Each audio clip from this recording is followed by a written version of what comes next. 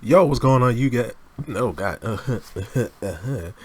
Yo, what's going on, everybody? This your boy Kamen Zero Spike back again once again today, people. Today we're here for Avataro Sentai Donbrothers episode 36. Now, this episode was great.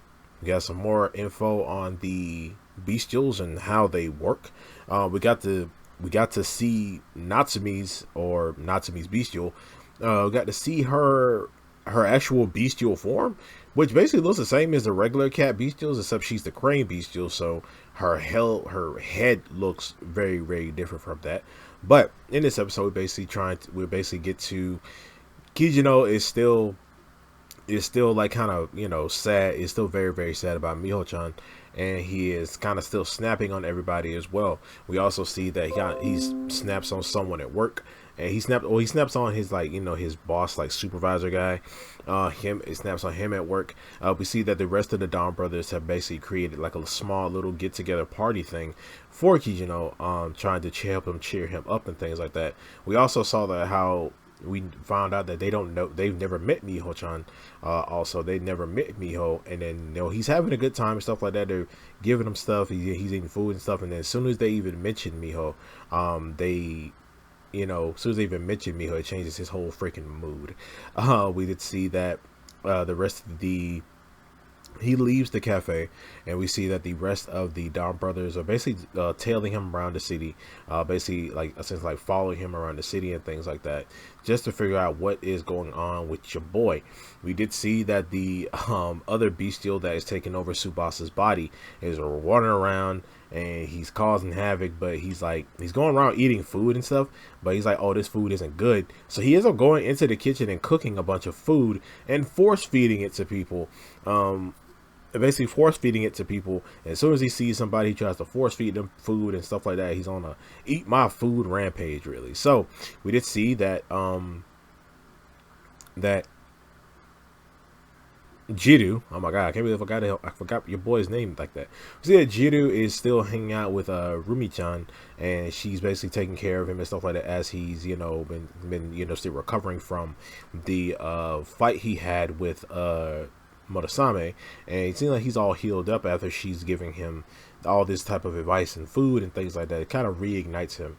So we get the return of Jiru. We see Jiru get to fight again in this episode as well, which I'm actually pretty happy about.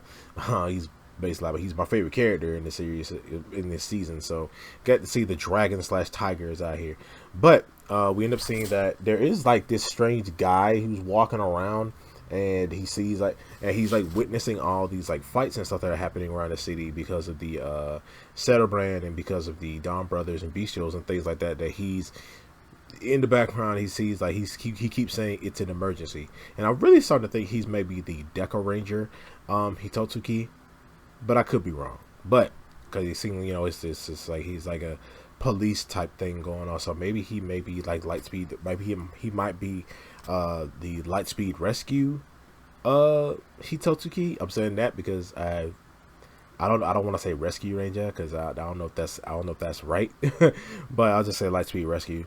But yeah, he seems like he's that Hitotsuki. We'll see, but we're gonna see him a little bit later. So we end up seeing Haruka while they're tailing Kijino. We see that we see that Haruka ends up running into Natsumi.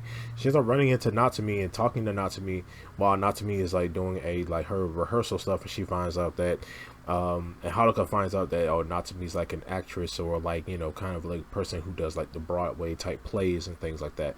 So she's hanging out with her and stuff like that. You see that Natsumi's kind of like she's boxing, like she has like this random guy come up and she starts boxing. Like she starts doing like boxing training, and then she also gets picked up in this car. She goes on this fancy dinner and stuff, and Haruka is with her, and he's buying clothes and stuff with Natsumi, just like some real girls' days type stuff. But we did see while her and Haruka is together, we see that they ended up getting intercepted by Sonoi and Tsunoni and Sonoza. They end up coming with her, and you see that Sonoi, or Sononi, and she comes up and then she basically says, "Oh, you're a bestial, aren't you?" And she's like, "Yeah." And then she asks her questions about why are the bestials like still like attacking the humans and things like that. And we see that her and Natsume end up getting into a fight. And while this is happening, we see that Haruka, oh god, but Haruka being super like kind of dense, kind of dumb about the situation, thinks that all this is like a rehearsal acting thing after Natsume like runs off. We did see that when Natsume does run off, she ends up coming into contact with Taro, and Taro asks her some questions about the bestials. She actually says that Tsubasa is, she tells him where Tsubasa is, and we see that Tsubasa, and that's when Taro ends up being intercepted by the bestial that's it, that the bestial that is pretending to be Tsubasa. She says that he asks her about Miho and things like that, and she says that Miho is Natsume's dream. So I guess Tsubasa was right. Miho never existed. Ha! I kid you're in for a rude awakening, my boy. But he said that Miho basically never existed. She's just basically like a dream of Natsume, and this crane bestial is the bestial for Natsume. So she tells him that Tsubasa is stuck in the forest of slumber, which is the forest that all those people are being held in. It's called the forest of slumber. And if the real Tsubasa will ever come back to the human world, then his bestial will no longer be immortal and he can be beaten.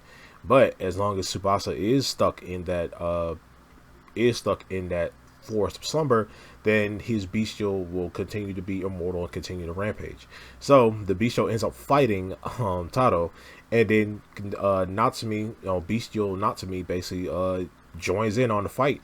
And when she joins in, she actually looks she doesn't look that different, but she looks different than the regular bestials, the regular like cat bestials. Her helmet looks completely different. Her helmet basically looks completely different. Same eyes, but she has like a long like crest thing, like a long horn looking thing on her helmet, which is basically basically similar that she's the crane.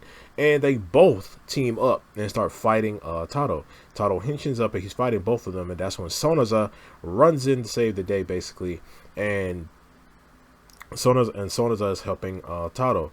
But then Taro basically says that, where's Sonoi? Why didn't Sonoi come? He's like, oh well, Sonoi basically want me to give you a message, basically saying that if you ever wanted to fight him again, that he doesn't want to get super freaking friendly with you, and he basically doesn't want, because he doesn't want to, if we fight again, it's gonna be another fight to the death. So he takes out this piece of Sonoza takes out this piece of paper and tries to read out this like message thing, or like this like quote that Sonoi wrote. And Sonoza can't read it. He's trying to read it, but he's like stuttering over his words. Looks like dyslexia, but he's like, oh, screw it. And then he transforms, and him and Taro start fighting on the bestials. Then the bestials end up fading away. The bestials end up like leaving. They end up running away. And after that, we end up seeing this guy, that same guy I talked about earlier, who starts walking around. He turns out he ends up transforming into a Hitotsuki, an emergency kind of Hitotsuki, where he's running around and he's like, he's using his power and capturing people and things like that. He runs into this warehouse, and then that's when the rest of our Donbrothers actually come into the fight. They're actually fighting him off, and while they're fighting him, we see Jiru actually pops in and helps them, tries to fight him off as well. But before everyone transformed, we see that the bestial that's pretending to be Tsubasa, he ends up transforming into as he transforms into Ino Brother, and he is basically being Ino Brother that entire time. And while he's fighting the Hitotsuki, he's also trying to fight the rest of the Donbrothers as well. So we see that the Hitotsuki, he puts like a fire barrier, a ring of fire around everyone, trapping them inside, and it's really hard for them to get out. So he ends up jumping into the fire and fighting them. We were jumping in and out the fire and actually fighting them off. So we see that Taro basically says, oh, screw it, transforms into Golden Momotaro, and then he uses, while he's in the golden form, he ends up transforming into Ju-Oja Red, while also using the Golden Momotaro form, which actually looks really freaking cool. So he ends up using that and fighting him and fighting off the Hitotsuki for a while before transforming back to his regular golden form. and actually defeating these, finishing off the Hitotsuki. We end up getting our mech battle where they end up transforming into their first Ultra Zord, and they end up using the golden power of the golden Phoenix power, which creating a whole new mech now, and actually taking on the Hitotsuki. When the Hitotsuki, he turned into like a giant demon train thing, and then he transforms again and turns into like a giant demon train spider. And I don't know who thought of this, but it looked cool, and this whole fight looked cool to me. Even though the CGI does look kind of wonky at times, it still looked pretty freaking cool to see them fighting like this big giant demon train spider thing. So they ended up defeating him, and after they ended up defeating him, we did see that the bestial, the black, the bestial pretending to be Tsubasa, he ends up going back to the same like field warehouse kind of place that he was in, and we see that real Tsubasa actually walks in out of nowhere. I don't know how he got out of Forest of Slumber. Maybe the crane Natsumi got him out. I don't know how it happened. We don't know how it happened. It doesn't show it. But you see that he comes back to the regular human world, and he fights off the bestial that's pretending to be him. He ends up taking back his shades, transforming, and having this small epic battle with this bestial, and actually destroys this bestial. And he's like, yeah, the world only needs one me. And he walks off all cool and stuff like that. Yeah, I'm a Black Ranger. I'm also a dog, but I'm CGI, so it looks really weird. So he ends up walking off, and we did see, and we end up seeing that we are getting a new Sarah brand that's going to get introduced in the next episode. He's red. He looks absolutely freaking cool. I guess he's like some kind of bird looking dude, but he looks pretty cool. It seems like he's also he looks also like he's pristine and like elegant and stuff like that. The way his outfit looks and things like that. So I guess he may end up being like a higher up Sarah brand, maybe, because the other three Sarah brand do bow to him. So maybe he'll end up being like some higher up Sarah brand, because we do see the Rangers do like fight him. So can't wait to see how that's going to turn out.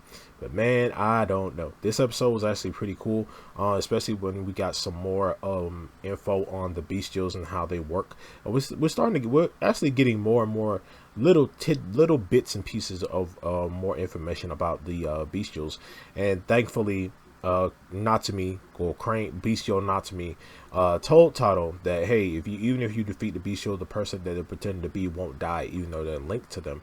But you have to bring that original person back to the original world first before you can save that person. So most likely they're gonna find some way into the bestial world to basically save all those people in there, because there are a lot of bestials running around. And this might be the only way to go in there, save those people, and destroy all those bestials without having to hurt the original hosts. But other than that, this was a good episode, man. I really dig it. Can't wait to see the new Sarah brand for the next episode. Also, glad we got some more information on the rest of the Sarah brands. And also, my boy Jiru is back, and he's ready for action. But yeah, hey man, I'm so scared on what of how Kijino is gonna feel when he finds out that his wife never existed and she's not real. But other than that, I'm gonna see you guys next time. Make sure to like, share, subscribe, hit that notification bell, and I'll see you guys next time. And remember, stay Henshin.